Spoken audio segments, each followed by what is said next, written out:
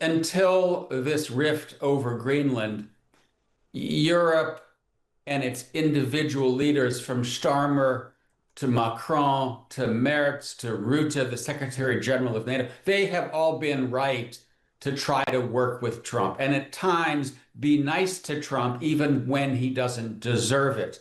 But I think those days are over. And I think the new guiding rule of thumb has to be work with Trump when you can, stand up to Trump when you must. And when he says these kinds of things that diminish the role of allies and the sacrifices of allies, I think it's not just right to speak up, but it's an obligation. President Trump has had quite the week, hasn't he? He's been gushing on his Truth Social today about his trip to Davos this week, holding a signing ceremony for his Board of Peace, hailing new talks between Russia, Ukraine and the US today. But he's been the subject of criticism from the UK and Europe as he minimised the contribution of NATO forces in Afghanistan. That has drawn a stinging rebuke from the UK Prime Minister Sir Keir Starmer and most recently in the last few minutes from Prince Harry, a really strong statement reacting to his comment. But here's a reminder of what he said. I've always said, will they be there if we ever needed them? And that's really the ultimate test. And I'm not sure of that. I know that we would have been there or we would be there. But will they be there? And let's hope that that never happens. We've never needed them. We have never really asked anything of them. You know, they'll say they sent some troops to Afghanistan or this or that. And they did. They stayed a little back. Well, that has drawn a stinging rebuke from Prince Harry. He put out a statement in the last few minutes talking about the sacrifices of British soldiers who served and died in Afghanistan. He, of course, served himself there. He said those sacrifices deserve to be spoken about truthfully and with respect.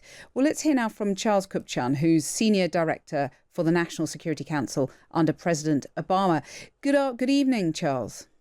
Hi, Cathy. Good to be with you. Well, thanks very much for coming on the show. Let's ask you first about these comments that have really set the cat among the pigeons, his disrespectful approach to Afghanistan and all the veterans that lost their life there, the NATO allies, veterans. What did you make of it? Well, I think we had just went through a near-death experience for the Atlantic Alliance over Greenland. And fortunately, in Davos, Trump backed down, at least for now. And so the prospect of an American attack against a NATO ally has died down. But why Trump continues to insult Europe and insult American allies and diminish what allies have done, whether in Afghanistan or in the Balkans or in Iraq or in the counter-ISIL campaign, is mystifying. You know, Denmark, the country that he was talking about attacking, lost more soldiers per capita than any other NATO country in Afghanistan. And so you really have to question where is he coming from?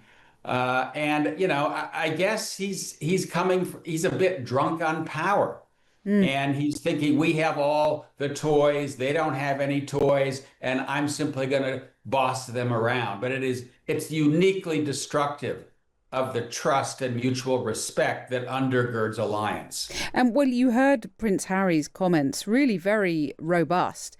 Do you think Donald Trump deserves a visit from the King of the United Kingdom? Well, you know, I'll leave that up to the decision makers, but I would say this. I think until this rift over Greenland, Europe and its individual leaders, from Starmer to Macron to Merz to Rutte, the Secretary General of NATO, they have all been right to try to work with Trump and at times be nice to Trump even when he doesn't deserve it. But I think those days are over.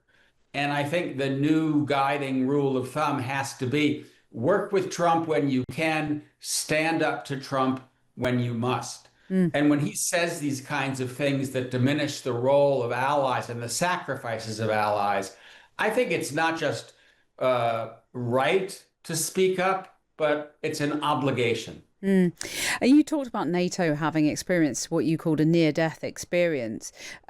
Obviously, we don't know what Trump's going to say next. So is there any guarantee that NATO will survive despite him pulling back from attacking a NATO ally?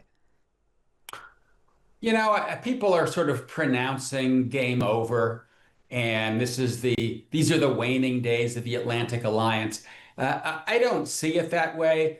I think that Trump backed down because he was talked out of it by Republicans, by public opinion polls that were decidedly against, by the Catholic Church that put out a statement here, by European allies, by close confidence. All of them were saying this makes no sense. And so I do think that there is an underlying strategic and economic rationale for partnership across the Atlantic that still remains. These are troubled times, but I do think that it's right for the Europeans to play the long game here, to ride Trump out. And I'm reasonably confident that 3 years from now, NATO will still be a going concern with its lights on, and the Atlantic Alliance is going to continue for quite some time, despite the turbulence that we see today. Right. And do you think Donald Trump, you've seen what he said on Truth Social today, and he's been gushing about his trip to Davos. Do you think in his head he thinks he had a really successful trip? I think he, to some extent, lives in a bit of an alternative reality. I think he saw success there, and he's going to say that mission accomplished. He got everything that he wants for Greenland.